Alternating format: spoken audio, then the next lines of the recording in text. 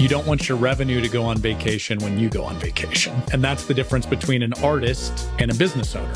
For those advisors out there, they're like, hey, I've been a great advisor. I'm kind of that artist. I love what I do. I love relationships, but it's time to take a step down the path of transforming into a business owner. What advice would you give them? Welcome back to another episode of Do Business, Do Life. Have Alex Judd here with us today. Welcome to the show, Alex. Brad, I've been looking forward to this. Thanks for having me. You said something that I wanted to make sure we get into. Your personality is not a business model. What does that mean? Well, this is another lesson that I learned the hard way, I feel like, because, whenever I went into business, I was like, my personality is the thing that I've got to bet on, right? Yeah. Like I can be energetic, I can communicate, I can persuade people. I love wooing people, right?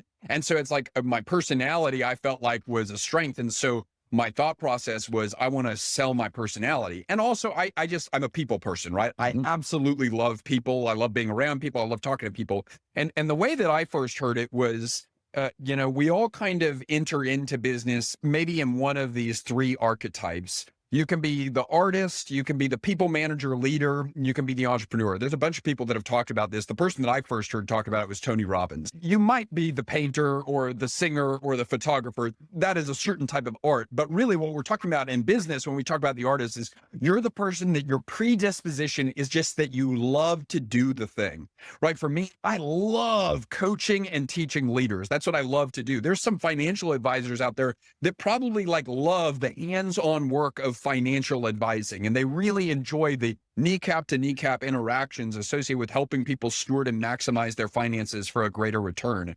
Then there's the people manager leader. This person, their natural predisposition is to rally different sets of strengths around doing the thing at hand. And then there's the entrepreneur. A lot of people think of the entrepreneur as, oh, that's the person that loves to start things. In reality, I think that's actually an incorrect definition. I think the entrepreneur is someone that loves to sell things. And yes, they might sell one-off products and services, but more than that, they think of their business and everything that they do as an asset. And they're saying, how do I build this asset as something that they may not even want to sell it one day, but they're building it as something that could be sold. And I'll never forget where I was whenever I heard someone using this framework. And they were talking to someone in particular that self-identified as the artist, right? That's me. And I bet you that's a lot of people listening to this podcast too, is like, you love rolling up your sleeves and doing the work. You love working in the business. And he just said, that part of you that's the artist, man, that person is such a beautiful person.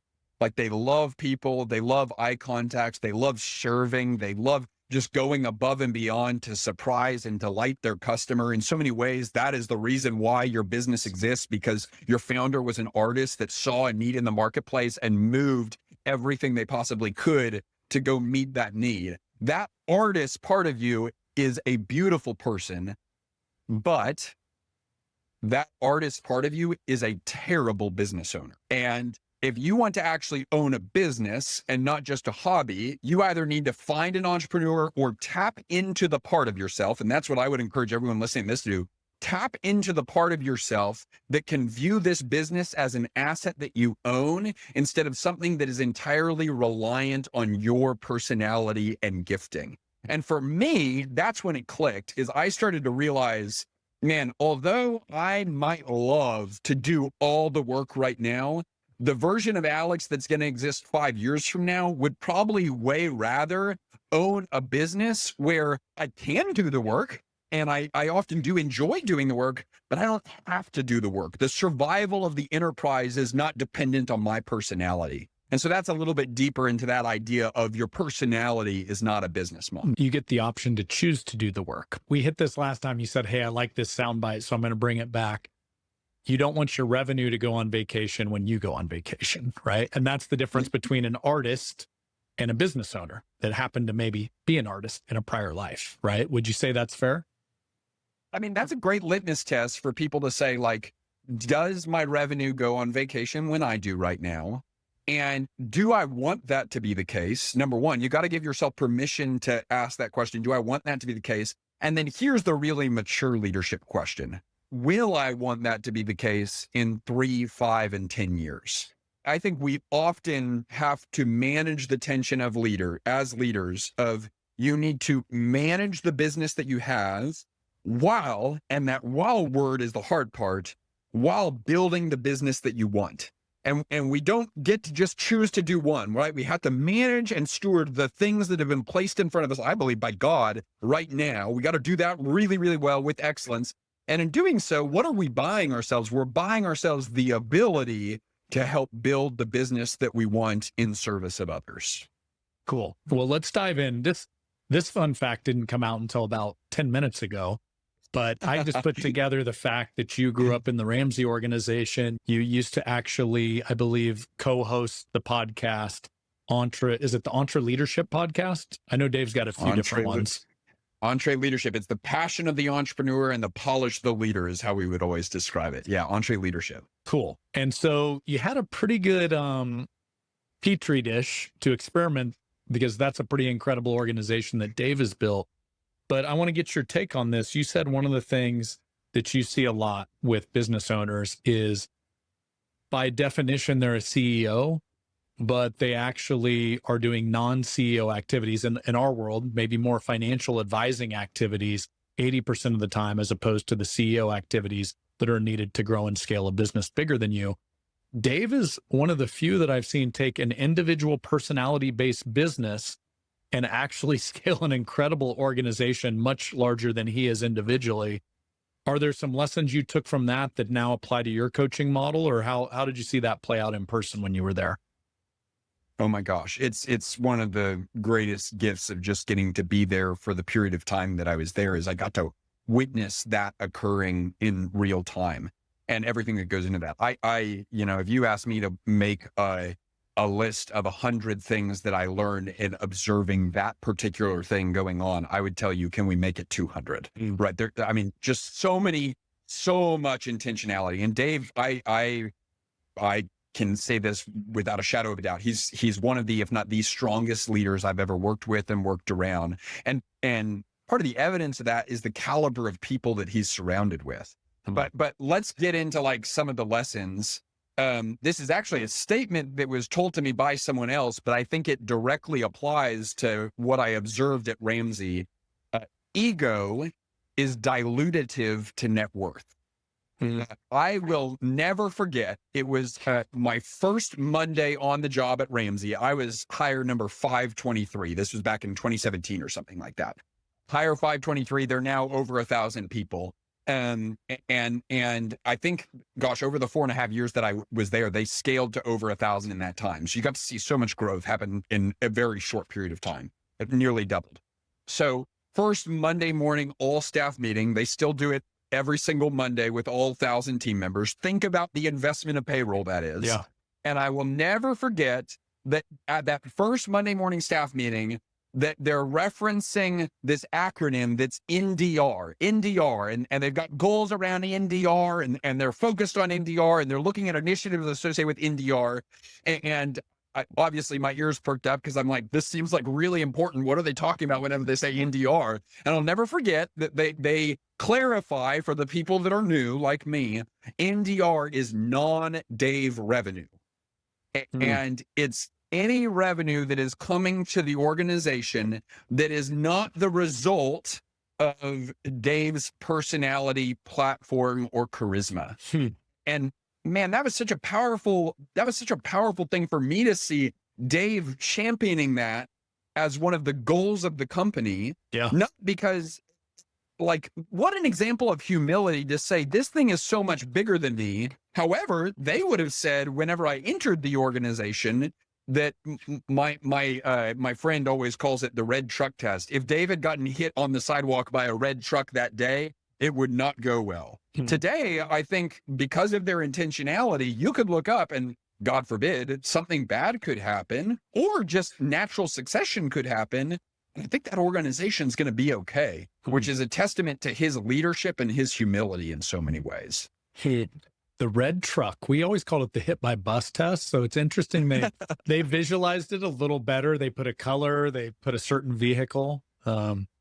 What were some things, like, if you look back, because you were there 4.5 years, and so you were at 500 and change and the organization doubled.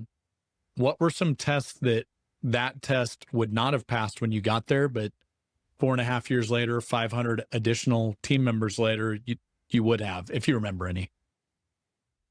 Yeah. One that stands out, and I don't think they would mind me sharing this, is I felt like whenever I got there, staff meetings, it often felt like staff meetings were, I don't know what the proper language is. Like, the vision was still coming from Dave. Mm. The integration was coming from the team. He was already doing an exceptional job of dispersing responsibility and dispersing leadership responsibility throughout the organization. So that was going on. But I think whenever I got there day one, I feel like the vision casting, the motivation, the energy was coming primarily from Dave himself.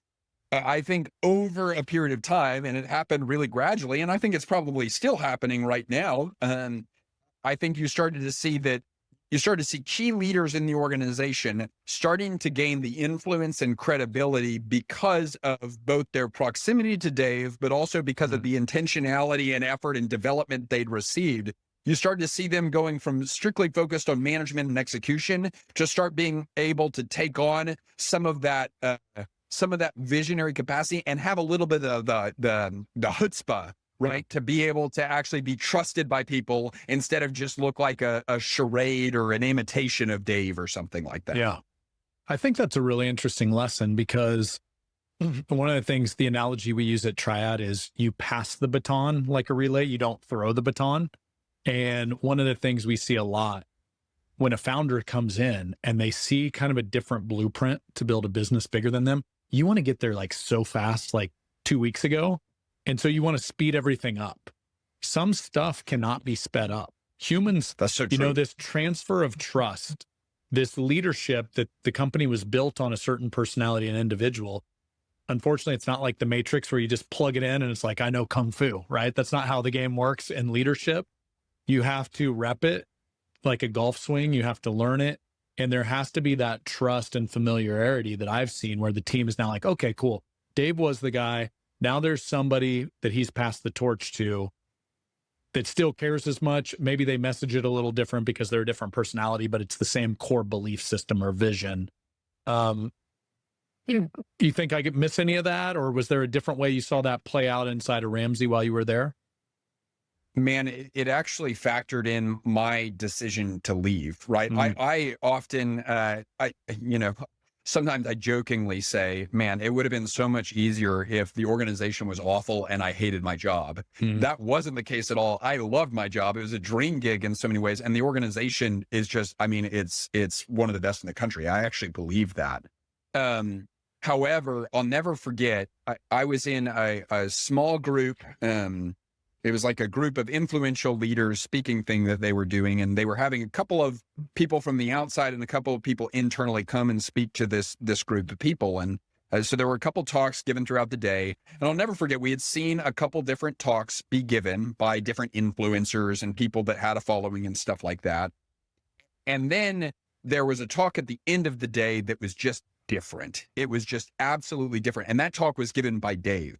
And it's not like everyone on the stage that day was a polished communicator. Everyone on the stage that day knew their stuff and was really good at what they did. So it wasn't that, but it was just like when he got up there, it's like the room went quiet and everyone listened more intently. Everyone was like, man, I got to hear what this guy has to say. And my takeaway from that particular moment was like, oh, that response there is strictly because his entire talk was talking about things that he had done, that he had learned over the course of 25 years. And I just kind of realized, man, that's the type of dynamic in a room that the 25 years buys you. And I don't know that you can microwave that. I think that's a crock pot thing. Yeah. And I just kind of realized what's the crock pot that I want to be in? And I realized, man, I just have so much respect for Dave starting this company at a card table in his living room with nothing because he's so deeply passionate about what he does and what it's going to do for people. And I just said, man, if I wouldn't step out and start my own business, in the business and leadership space with something like that scrappy startup story, I would spend my entire life wondering what if. And so I wanted to not take on, 500 pounds overnight. I said, I want to add 5 pounds a day. And we're going to do that for 25 years. And if we do that, I think we might look up and really be stoked about the influence and the ability to serve people that we end up with. That resonates with me. I was also in an incredible organization that I learned a ton in. And I think sometimes you don't really choose entrepreneurship. It kind of chooses you, And and sometimes you're like, dang it, why did you choose me? Like, what are you doing? Exactly. And it chooses you before you know the full truth, where it's still the rose-colored glasses. You're like, oh, this will be amazing. Look at all those cool IG posts from other entrepreneurs. And sometimes it can eat you alive in the early days when you're not quite ready for it, which Sean and I can definitely speak to that. We were joking. You're like, hey, I checked out the website. It looks amazing what you guys are building. I'm like, yeah, we're all in. We're so passionate about it. And also there have been a lot of lessons and mistakes made along the way that and I think the cool thing is we talk about a lot of them too, because there's a lot of learnings if you're willing to set your ego aside and be real with yourself as an entrepreneur. So I'm sure you've had a few of those bumps and bruises along the way as well, Alex. Oh, for sure. And I bet you resonate with this too. It was so easy to critique decisions and ask it was so easy to ask the question, what were they thinking? And now I sit and I'm in the driver's seat with all this responsibility, right? I'm like, oh, that's what they were thinking. I understand now. And so I feel like, it's one of the things that entrepreneurship has built in me, a lot more empathy and grace, and just realizing everyone from myself, who started this business 5 years ago in the basement apartment that I lived in, to Dave Ramsey with 1,000 people, to Elon Musk, literally everyone is making this up as they go. And I think the people that I see that are really effective are just the ones that embrace the fact that they're making it up as they go and can receive grace along the way for whenever they inevitably screw up. Yeah, it's the Teddy Roosevelt quote of the man in the arena. It's super easy to sit in the stands and judge the person sitting in the middle of the arena. And I was guilty of that too. That was one of my realizations. Is I used to, when I was an employee, run into, a founder's office with my hair on fire, like, how could you do this? How's this, division not, picking up the phone, answering the email? And you don't realize the amount of angles and things that an entrepreneur gets bombarded with on the daily, let alone to actually do the job of while they're there, but the other stuff flying at them on the get-go. So let's get into, because we talked about a few frameworks and we can start to unpack this a little bit. You mentioned kind of a 4-step process: standardize, document, evaluate, improve. So maybe this is for those advisors out there. They're like, hey, I've been a great advisor. I'm kind of that artist. I love what I do. I love relationships, but it's time to take a step down the path of transforming into a business owner, transforming into a CEO. How would those 4 steps apply, or what advice would you give them? Yeah. So what you're referring to there is what we teach on about operationalizing your business. And so if we were to apply a functional definition to operationalizing, it's to make excellence predictable and repeatable instead of haphazard and accidental. So there was a period in my business where we were getting incredible results. The business was growing. People were literally coming to us and saying, oh my gosh, my business is transformed. My life is transformed. My marriage is better. I'm healthier as a person. I'm playing the role of CEO, working on the business, not in the business. All of this was happening. And then if you came to us and asked us, oh, can you show me the process of how y'all did that? We would be like, no, we can't. We have no idea. We're saying, praise God that it happened, but we have no idea how that occurred. Yeah. And so what that is like the, to use something from Patrick's world, that's like the celebrity chef that has 0 recipes, right? You could ask them, hey, how do you make this thing? And they're like, I can't really tell you. I can show you and you can watch me do it, but I can't really tell you. I think when someone makes the transition from I'm going to operate strictly as an artist to operate as a business owner, and I would even say there's a lot of business owners that might have internal artists that they need to coach in this area as well. It always goes through this commitment to operationalizing. And so what we say is you want to apply these 4 steps to the essential functions of your business. And when I say essential functions, I'm talking about the things that we dedicate our time and money to. So roles, these are the people and the jobs that they play. Projects, these are the bulks of work that we do on a recurring basis. And meetings, right? Anytime you have a meeting, that is such an expensive proposition. And so many meetings, at the worst, it's wasting time. Mediocre, what happens most times is it's spending time, which, I mean, y'all are financial, that's incremental return. Great meetings are investing time. It's expectation of an exponential return is what a great meeting is. And so how do we apply these things? Well, first we want to standardize. Can I pause you right there? Because I love the framework you broke down. So at the lowest end of a meeting that probably has the wrong people, no agenda, the standard haphazard meeting that happens all the time in businesses, you're wasting. The next level up is you're spending time, but probably not always the right time with the right people or the right purpose. To the highest level, investing. Now there's an ROI on this time. Were those the 3 levels you just broke down there? You nailed it. Yes. And I appreciate you for clarifying that. How do you tell the difference? Are there metrics where you're like, oh, here's wasting, here's spending, here's investing? Do you have a framework where you kind of unpack that or rate the quality of meetings? I would say, yeah. So let's look at meetings in particular and make this really practical. And I think it applies directly to the standardized step. When we say standardize, we want to look at not the tasks, we want to look at the outcomes that we want to be accomplished. And basically what we're saying there is we're saying, what does winning look like by the end of this meeting? And so the way that we answer that within Path for Growth is with something we call success statements. And that's just 3 to 5 statements that answer the question, what does winning look like? In many ways, this is the difference between wasting and spending. Is just saying like, no brainer, like what do we actually want to accomplish in here, right? And so a good example of that is everyone in the meeting voiced their opinion related to the topic at hand. The proposals were reviewed intentionally and attendees were given the opportunity to ask questions. Decisions and actions were discussed and thoughtfully worked through. Decisions and actions were documented out of the meeting and assigned to owners, right? Those are 4 success statements for a hypothetical meeting. And that oftentimes is the difference between wasting time and spending time, because if you just write those 4 statements on a board at the beginning of the meeting or on your task management system, it's wild. People like actually do them. And like they actually focus on those outcomes. So that's standardized. I would say, do you want to highlight a little bit of the difference between spending and investing then? Can I zoom in on that a little bit? Before we move on to that,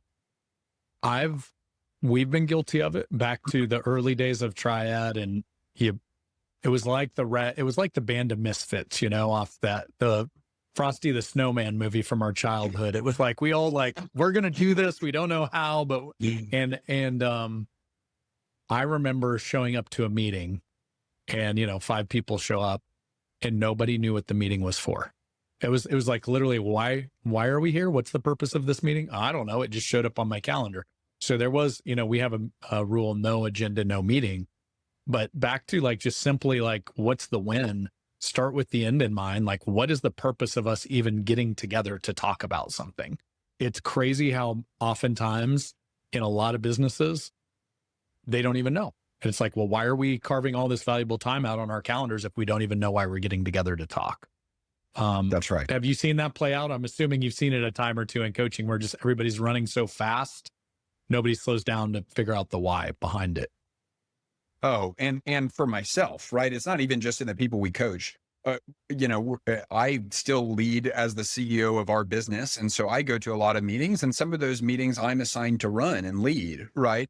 And this is maturity in me. There would be times where I would come in on 2 wheels and just say like, okay, we're going to meet, and not know exactly what we're there to accomplish. And what I would tell myself is like, I'm going to wing it, right? Like I'm going to wing it. We'll figure it out as we go. And with a certain type of personality, you can do that. I think that's actually dangerous. As a visionary leader, you have the ability to wing something that other people work for. And that's actually really bad. And you have to like guard against that with everything, right? You should put in the work because it will benefit you and others. And so it has now gotten to the point, I think this is maturing and growth that's occurred in me, is I'm not perfect. So I still have days where I roll in on two wheels. I don't know exactly what we're trying to accomplish in the meeting. I have learned that if we're supposed to meet for 45 minutes and I haven't yet defined success statements for the meeting, it is better for me to hop on the Zoom call or hop into the room with everyone and say, hey, I'm going to give you 10 minutes right now. Do whatever you want. I'm just going to take the first 10 minutes of this meeting and just quietly write success statements. And the reason why I do that, it's selfish, right? Is because I know that the 35 minutes taken intentionally is always more effective than 45 minutes taken unintentionally. Yeah. And so just taking the 10 minutes to say, it's way better if it happens before the meeting, but if it doesn't, do it in the first 10 minutes of the meeting to say, what are the success statements of what we want to accomplish by the end of this meeting? You know, Brad? Yeah, it's like a little mini vision statement just for that meeting. You nailed it. Just as it's important for your business to know where you're going 12, 24, 36 months out, the North Star, that little smaller subset of that, it's like, we're not going to get anywhere we plan to go unless the team is aligned on what's the purpose of us getting together. So it's just like almost like fractionalizing something that works on a larger scale down to the individual scale. I paused you there a little bit. What's the difference between spending and investing? Like if you were to take that to the next level up. Yeah, well, we kind of highlighted already a little bit from my experience at Ramsey, and then we do this within our organization, and it's part of our 12 fundamentals that we coach businesses on too, is the value of an all-team meeting, right? And a lot of people say, oh my gosh, that's such a massive waste of time and money. Because, I mean, especially if you've got 1,000 people, but even if you have 20 people, right? Saying everyone take an hour off, we're not going to be on the phones, we're not going to be creating value. This is for the internal, right? To serve the external. That is an incredible investment of time and money. How do you get a return on that investment? Well, I tell you how you don't do it. The success statement for spending or wasting time would be, we provided updates on the status of the company. What? That sucks, right? You're never going to be able to create a return on something that could have been an email. And that's the phrase we always use whenever we're talking about wasting time. How do you create exponential return on 20 people being together? Here's a success statement that does that. The entire team left feeling unified, aligned, and energized, right? This is the power of a leader like Dave Ramsey, is he can get 1,000 people into a room. And by the time everyone's leaving that room in an hour, potentially 900 of those people can be leaving with 5% more clarity and 5% more energy with regard to how they approach their job that week. And if you take 900 people and make 900 people 5% better because of an hour you invested, what the heck? So oftentimes we're just not focusing on the right outcomes whenever we bring people together. And the question we've got to ask is, what could we focus on and accomplish that if we were to hit a home run, it would create an exponential return from this time together? Yeah, it's like dispersing the energy among the room, but I love that you put clarity in there too. What I've heard, and I'd love to hear your definition. I've heard, with CEOs, two roles they cannot delegate is vision and inspiration, or, transfer of energy, another way to say inspiration. Do you agree or disagree with that? Or is there anything else you'd add to the list? Well, I think I am often shocked at what can be delegated if given enough time and intentionality. But I would say, if it's certainly over the course of the next couple of weeks, I'm going to delegate vision and inspiration. No, you're not, right? So that does, we're talking about a multi-year process if you're going to give that up, right? Yeah. So let me unpack that, because I think where you're going with this.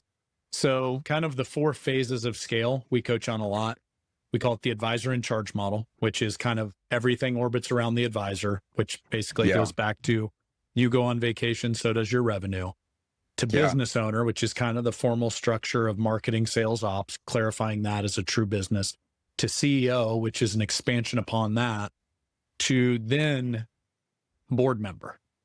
which, if Dave, for example, we've used Dave a lot growing up in that organization. If he were to move to a full-on board member, now he would just be a shareholder at that company. He would not be showing up on the daily, all of that, which obviously then he wouldn't be there to do the vision, the inspiration. So what I think I hear you saying is even in a CEO seat, you can start to delegate pieces of the vision and inspiration to other C-suite, or what's your take on that? Yeah, I think you have to be able to. But I think a lot of people, this is their thermostat, right? Is they think that that's not possible. And to the degree that they think that's not possible, they never invest any effort towards doing it. But I'm spending a lot of time thinking about this topic actually right now, because we've got an experience coming up in October in Austin. Part of what we do is in-person experiences. And the theme for this experience is long game leadership. And so the way that we're defining long game leadership is expanding your time horizon in service of others. And so if you're just looking at, man, how do we hit our goals this quarter or even this year? And like, what's the best way to achieve those? You really probably don't invest any time or energy into strategies associated with you delegating and developing other people to be able to cast vision and inspire people in your company. The minute you start looking up to 3, 5, 10, 20 years down the road of what's the business that I want to own in service of others, well, then it starts to become like, well, I better be able to do this because otherwise, if not, you're building it around your personality. And so for me, it clicked whenever I saw some friends of mine and their mentors of mine in business do it. I watched them successfully build a company over the course of 10 years, sell 85% of that company, and just retain 15% just because they believed in the future of where it was going, and go completely hands off as board members that literally just looked at the quarterly statements and were available in an advisory capacity to the CEO that they helped appoint. And the minute I saw that happen, I thought, oh my gosh, it's possible. But people often say, oh, that's possible for other businesses. That's possible for other leaders. It's not possible for me. Stop saying it's not possible. You may not want to, and that's okay, but don't do yourself and your team the disservice of saying it's not possible, because there's just enough evidence that would suggest that it is. Yeah. What's interesting, I'm assuming your time in the Nashville, Franklin area, I know Chick-fil-A, it's Atlanta, but I feel like the Ramsey circle kind of intersects with the Chick-fil-A kind of leadership style, Truett Cathy. So we just did a private mastermind there with Michael Hyatt, actually helped guide it. We do a group with him. And one of the things I wrote down that relates to what we're talking about was, I believe Truett Cathy's exact words were, a lot of people are so concerned about growing the business, they forget to grow the people. And they don't realize if you grow the people will grow the business on your behalf. And back to leadership and vision, it's not a snap your fingers and, oh, now, such and such, the new C-suite can kind of carry the torch. But if you continue to do the reps and invest in the people, here's why we exist, here's what we're about, it's only a matter of time before they absorb that and then they carry that torch on the founders or the CEO's behalf. And I just feel like such a simple statement, so many businesses get wrong, and which is why they struggle with that, So I love the story you just shared with, your friend that, built a really big business and was able to pull that off successfully. What are other things that get in the way, maybe of your best students and clients that kind of like get it, they hit this kind of glass ceiling, they learn some new skills and grow through it, versus those that do not, that get stuck? Yeah. I think it's often the same thing for most people. And I'm experiencing this right now in a part of our business. Your greatest strength is your greatest weakness if you want to build a business, because your greatest strength is the thing that you don't do because you learned the process. Your greatest strength is the thing that you do because you just have this intuition and gifting about you. And when you're starting your business, that's such a God-given gift, right? Like, thank God you have that intuition. And because that's what gives you the ability to serve people, to have a competitive advantage in the marketplace, to be able to move at an incredibly fast pace, right? That's your greatest strength. But then the minute you're trying to scale beyond yourself, you can train, you might even be really good at delegation, and you can train just about everything else because you learned everything else. But then someone looks at you and says, oh, okay, well, how do I do this thing that you do? And you're like, I don't know. I never learned that thing. I've been doing that since I was in second grade. Yeah. Right. And so what I have found is the process of delegating my strengths always happens with and through other people. I'm too much of a knucklehead to see how I do it. And I'm just like, my delegation strategy for those things too often is like, well, just watch me do it. And then you do it like that. And then people are like, Alex, it doesn't work that way. Like Right. you have like 20 years of experience in the leadership space, like thinking about this stuff and talking about this stuff. There's so much just assumed knowledge in your head. And so for me on our team, like my go-to person and having conversations around this is her name's Olivia. She's our coaching manager on my team. And she helps me recognize what is the stuff that is Alex's quirky personality, because we don't have to train that. And what is the stuff that is like, man, this is actually the stuff that we need to replicate. So recognize is step one, distill. But the thing that you have to remember is simplicity scales. And scaling a business is a complex activity. And I think a lot of times, because it's a complex activity, we think that the process to scale is going to be equally complex. In reality, we have to counter that complexity with outrageous simplicity. So it's recognize, distill, and then train. And I am not the go-to person for training my strengths to others. I work with the manager on our team to recognize, distill, and then she's got a nail system for going from step A to step Z on how to get these skills to them so they can replicate it in service of others. All right, Alex. So you hit a couple things there that I want to kind of go back to. Number one, what I heard is you've hired your complement, not your clone. So you took, well said. I'm not, and I can relate to a lot that you just said, where my team jokes. They're like, Brad, you just like to have bullets and then go up there and just speak. I don't need to rehearse. I just, it's like what comes from the heart enters the heart. As long as I know the key points that I need to hit, I feel comfortable enough at this point, it'll come out. Where different personality types, I don't know if you're an Enneagram guy, but Enneagram 1, very, perfectionist, attention to detail. They need to rehearse like 2 weeks in advance to feel comfortable. And so what's interesting, or maybe 2 months in advance, maybe 2 months. Maybe depends on the person, right? But what's interesting is if you put those sort of personalities, so Brooke, who's EA on my team, she's an Enneagram 2, but she definitely has some heavy wing 1, high attention to detail, very process driven. She can kind of package what sometimes I spew out if we're in the same room, right? Which now can turn into a system and a process that others can learn. But you hit something else that I'd never thought of before, which is the hardest stuff to delegate potentially is the stuff you're the most gifted at, because it just happens kind of intuitively and you didn't really have to learn it and create a process to figure it out yourself. So is it the same model where you just get a process driven person in the same room as you and you kind of do your thing and they model it? Or what have been the best ways you've seen to kind of break through that for the stuff that's a lot more intuitive? Yeah. So I would say a lot of observation, a lot of verbal processing is really helpful, a lot of whiteboarding, and that's all at the recognition stage. And if you can find someone that Olivia on our team, she's outstanding at asking curious questions.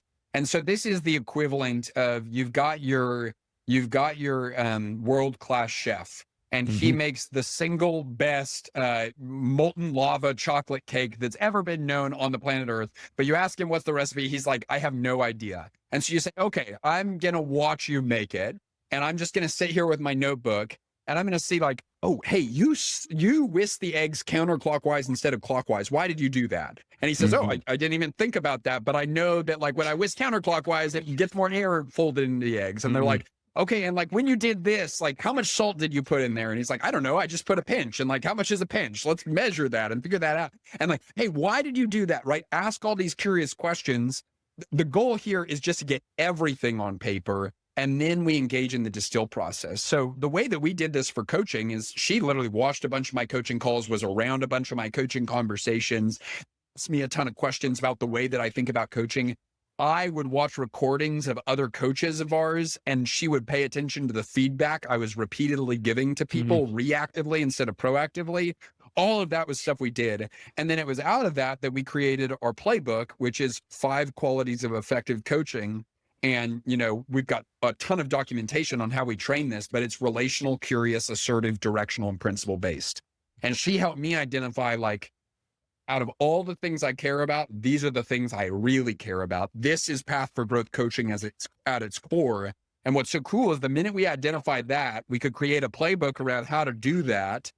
And then we were able to train that to other people so that they weren't just focused on everything that felt like a random assortment of feedback. They had real clarity on what quality they're focusing on and what they needed to embody to be a Path for Growth coach. I love that. So that reminds me of the model that the best-selling book in the world, how it was written. Are you familiar? That's encouraging. Well, this is a little bit of a trick question. I'm guessing you're very familiar with this book. It was written by a guy named Jesus, and it's called the Bible. I thought you were going to say the Bible. Yeah. Yes. But what's wild is Jesus didn't write a word of it, right? Yeah, others observed his actions and his stories and wrote it on his behalf. And what's cool is you just shared a very similar method. And I think a lot of times for founders and business owners, it becomes this excuse of, I don't have time. Well, it's the Dan Sullivan who, not how. You found the who, Olivia, on your team, brought her into the conversation. She's now creating the how.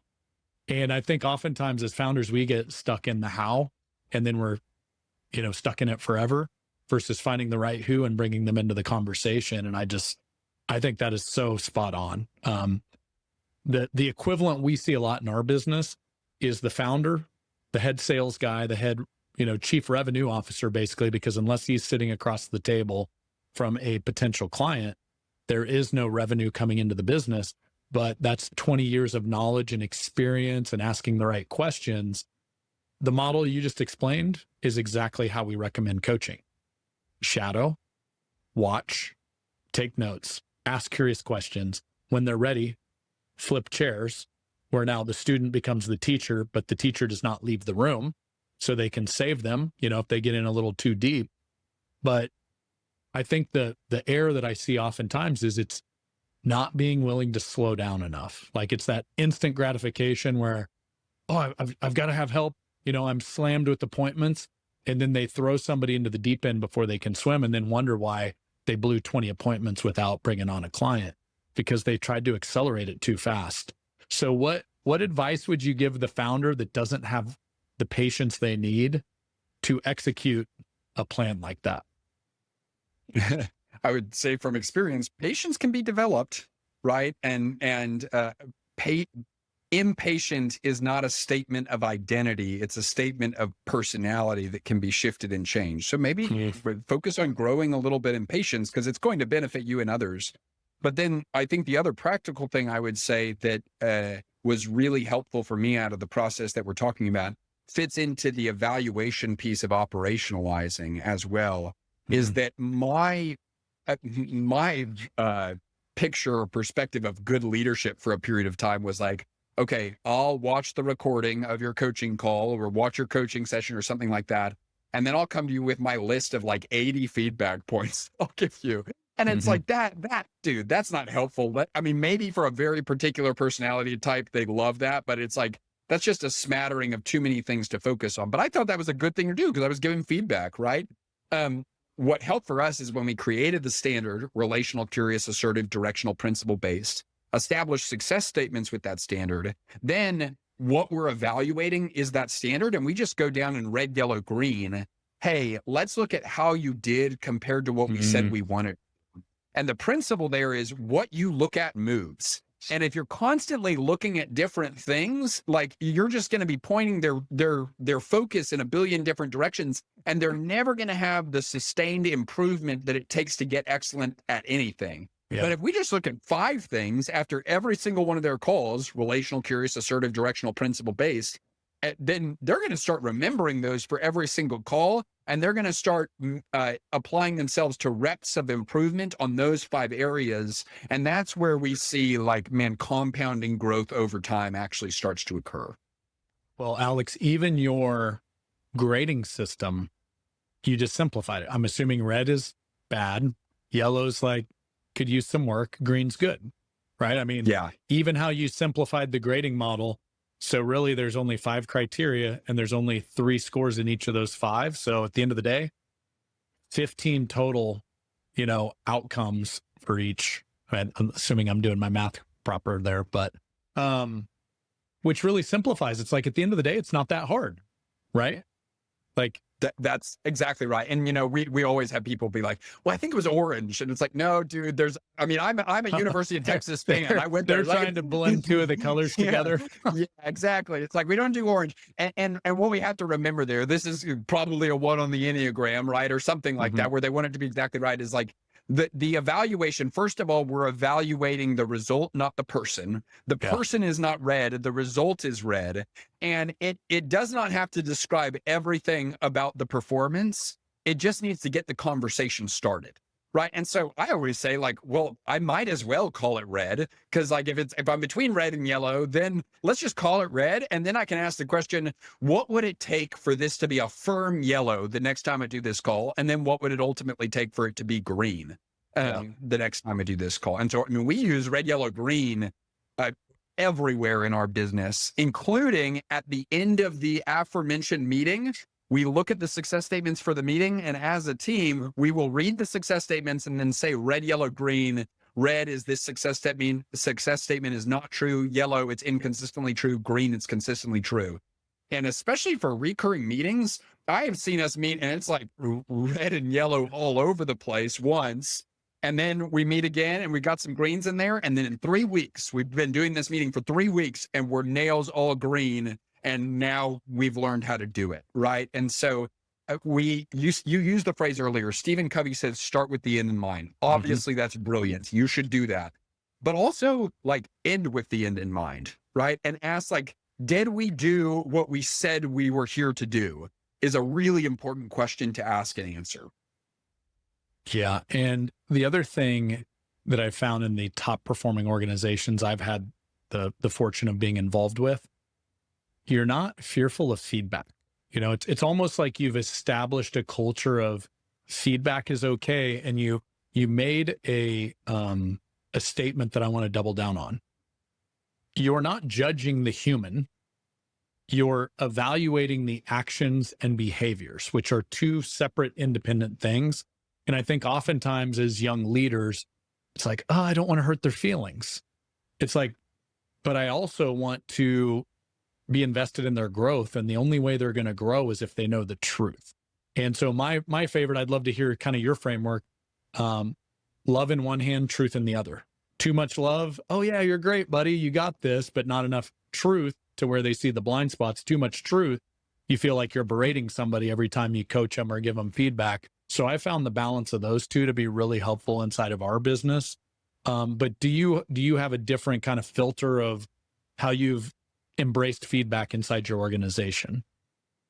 Well, you referenced Jesus once, and now you've referenced him twice, right? Like his framework was love and truth too. So like that's good enough for me. And so, but I would also say we have a whole teaching on healthy accountability, and I think one of the things that we've got to remember is like 95% of organizations that people have worked for don't practice healthy accountability or healthy feedback. And so this is something that you should assume has to be trained. But most of those 95% of organizations probably told these people, oh, we value clear feedback and healthy accountability. It's just not true, right? And so the metaphor that continuously sticks with me that I try to share with our team in their first week of being on the job is, hey, I'm going to give you feedback. It's not if, it's when. I'm going to give you feedback. And I just want you to take that as spinach in your teeth, right? If you ever have spinach in your teeth, would you rather someone not tell you, or do you just want someone to tell you? And then think about the way they tell you that, right? Like we all know the person that is horrible at telling you have spinach in your teeth, right? They make a performance out of it, Yep. and it's really awkward for them and you. And then there's the people that just say, hey, just a heads up, I just want to make sure you know about this. And I would want you to tell me, right? And like that person is grace-filled, they're loving, they're truthful. And that's the way we like to think of feedback, so that when we deliver it in the first week of someone on the job, they're not like, oh my gosh, is my job at stake? They just learn people like us do things like this. I love the spinach in the teeth analogy, because the other, back to doing it well or doing it where it's a performance, I would assume part of the feedback, do you typically pull them aside where it's private, or have you gotten to the point where you're just doing group coaching sessions and it's everybody's calling each other out on the spinach in the teeth in front of others? Yeah. I mean, I think probably wisdom and context sensitive like leadership is needed there, right? I think there are certain things where we can give, if we are developing a lot of teachers in our organization right now. And so we'll have multiple speakers that are next experience that are internal, because all of our coaches have owned businesses in the past. So they've got brilliant thoughts to share. When we do reflection and evaluation on those teaching sessions, I actually think it's really helpful to have collaborative learning. If there's something that's like personality centered or chemistry centered or character centered, or something with the culture of the team, or something that might be sensitive to that individual as a person, no, I'm not going to make that correction in public. I'm going to make that correction in private in service of them. Yeah. So it's almost the more so you've kind of trained them where, hey, this is actually helpful if you have more views on how to get better, right? But if it gets into something that could be internalized as something very personal to them, you're going to pull them aside and do that conversation privately, is kind of what I'm picking up on there. Yeah. And I mean, you know better than I do. You played college football. I didn't play it, but I am an avid college football fan. And it's like, they review game film, and I know Kirby Smart, Steve Sarkisian, right? Nick Saban, certainly, they will be vicious in the way they evaluate people's mistakes and performance. Technically, right? But if it's probably a personality issue or something like that, it's probably going to be more effective to address that and confront that privately with that individual and tell them, like, dude, that is not you, and you cannot do that. That's not okay. Than doing that out in front of everyone and airing your grievances with the whole team on board. I will say from experience, the football film room has a lot more truth than it does love. Oftentimes. Not real heavy on the love part, but, I think the best coaches, and I think anybody that, whether you played sports as a kid or made it, to the college or the pros, you've got examples on both sides of the spectrum of the great coaches that did it in a way that you embraced the coaching, and those that didn't. And what's interesting is the performance piece you just talked about. Some coaches are out there performing, and it's more about them than it is about their players. And it's really easy to see how the players respond to them. It's oh my gosh, pretty wild how that plays out. It's as good of a time to learn leadership and business principles from watching college football as I think there's ever been, because now you've got these 19-year-old kids that say, oh, you're going to talk to me like that? I can go make $500,000 more by going in store.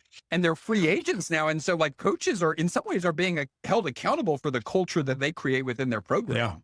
Well, what's interesting is we record this on April 15th, 2025. It just played out at Tennessee, right? With their starting QB. I noticed it was all over the news.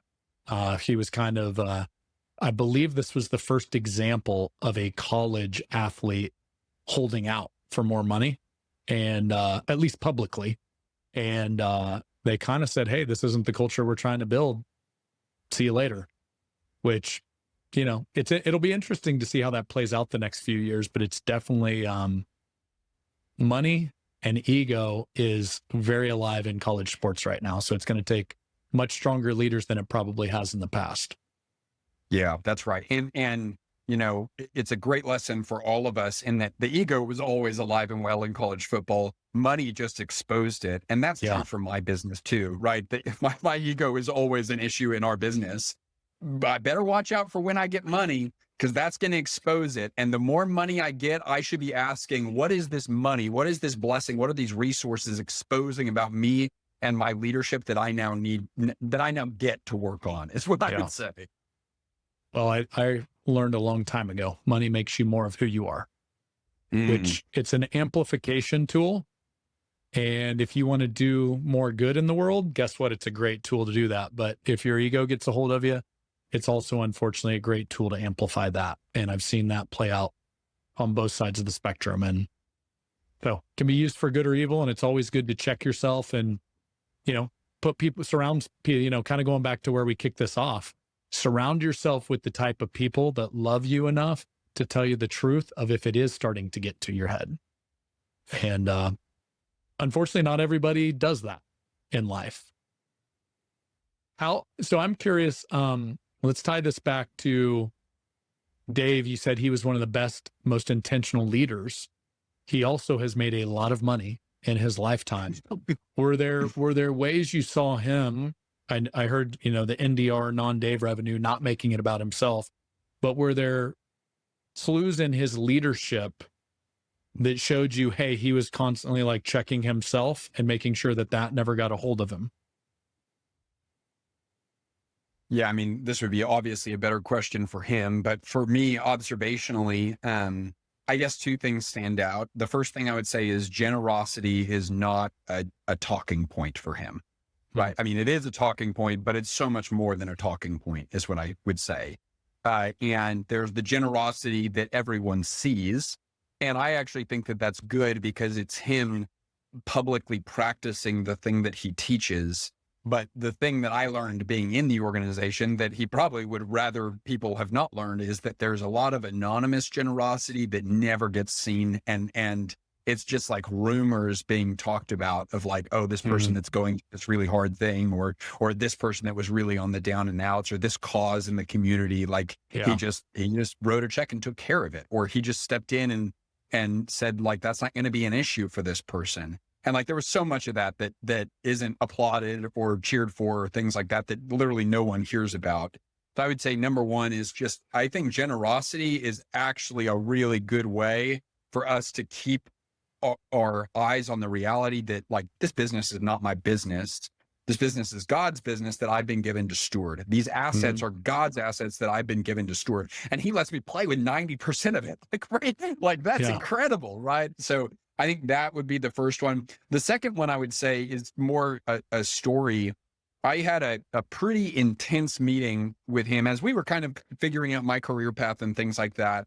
And it was actually at his house. It was with him and a couple other leaders. And I was going to be just sharing some stuff that was really personal to me about my background and where I'd been and all of that related to the trajectory of where I was going. And this is kind of intimidating. It's not like I had regular one-on-ones with Dave Ramsey, right? We met a couple times, but like driving up to his beautiful house, you're meeting with the CEO of the company. I'm like 26 years old at the time, like very intimidating. And so I go in, we have dinner, and then it's very clear, like, okay, now the conversation is shifting gears. And I'll just never forget, he just said, Alex, like, as I was driving home this evening, I spent some time thinking about what it would be like to be in your shoes coming up here today to have this meeting, and how this could like maybe be a little bit intimidating because you're going to share some of yourself. And so before you share some stuff that you might not share with everyone, I just love to share with you something that feels a little bit vulnerable to me. And like, I just want to share with you a little bit of my background. And whoa, like what a world-class example of leaders go first. And like he built so much trust, loyalty, care in me in that moment. And man, I really just felt served in that moment in so many ways. And we ended up having wonderful conversation. And so it's why I just continue to be so grateful for him, for that organization, and for the example of leadership, honestly, that he continues to show. And what a great reminder of vulnerability as a leader is a strength, not a weakness. Yes. I think so many leaders, it's like, I've got to be perfect. I can't show a chink in the armor. And it's actually getting in the way of them connecting with their team. It's wild. I so agree with you. Could I share one more story on that? Please. Yeah. I just, man, this sounds like a Dave Ramsey commercial in some ways, but I'm just such a fan of the guy. So I left to start my own business, right? I really worked hard and received a lot of outside counsel on how to do this with integrity And they were incredibly supportive of helping me make this, life trajectory changing decision over the course of 6 months. So it wasn't done rashly. It was done in full visibility of the organization. And they were incredibly supportive.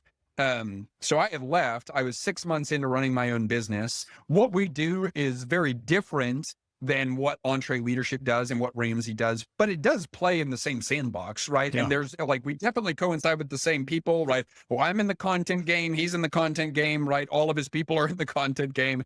And so I had left maybe 6 to 8 months and was running my own business.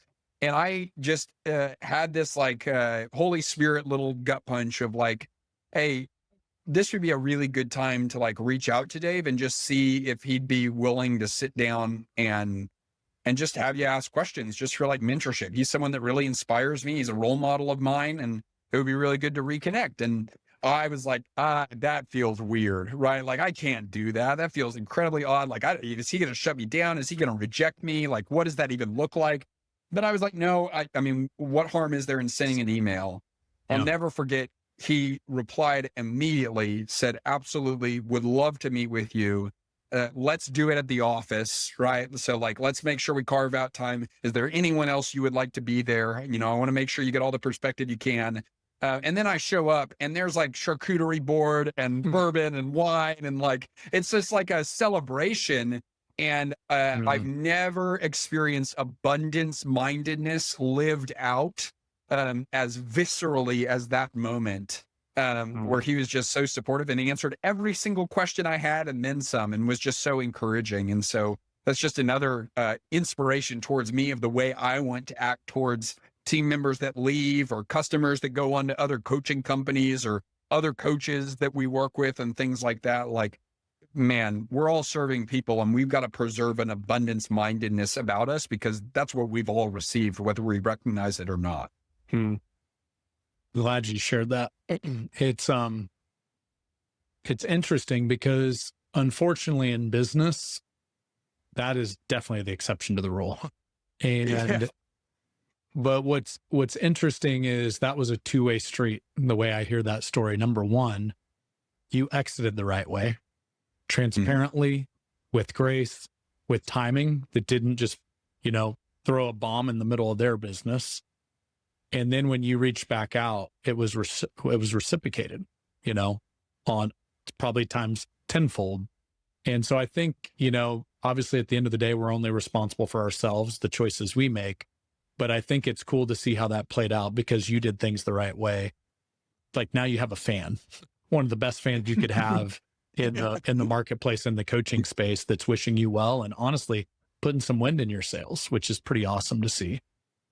Yeah. It's, it's interesting. My church that I go to here in Arizona, as part of their membership class, they teach, hey, hopefully it never comes to this, but here's a short teaching on how to leave a church well. And, but I've always thought of I don't know that we're at the size or scope of business where we need that right now necessarily, but I've always thought it certainly shouldn't be the entirety of your business's onboarding is how to leave well. But it is kind of crazy that we do have an expectation that people will leave in a certain way, but we never teach that. And then we're shocked when people don't leave that way. And I just really admired, maybe that is something that we should talk about, because the number of people that are going to be with you forever is actually remarkably small. So it might be something to have strategy around. Well, and I think there's the self-awareness, Triad's about 4.5 years old now. And I think that first 6 months, the band of misfits that all jumped in well before they should have, because there was no business to jump into, just an idea and a vision. I think what's interesting is in that era of being a founder or co-founder at a startup, it was this is family. Everybody's going to be here forever. And we all know that's not how it plays out. People have different seasons of life, different things pop up. And the truth is it's a lot more like a team. I want the people to be here that are invested in the mission that this team is on. And if you're not, I also want to give you permission, done the right way, to excuse yourself from the table. But we never train people in the right way to do that. So there's all this anxiety. There's all this oh, should I hide it? Are they going to walk me out the door as soon as I tell them? And I love that. I'm actually making a note of that one. We have a super intentional onboarding process, but we also don't tell people like, hey, if at the end of the day, Triad is not serving you, then you're not going to be serving Triad. And here's the right way to go about that conversation. And that's an interesting aha you just gave me. So appreciate that gift. Now, hey, Yeah, I can man. R&D that one. I There can you R&D go, that one, R&D. Alex. And you just R&D to R&D, which is great. Yeah. Yeah, that's There we excellent. go.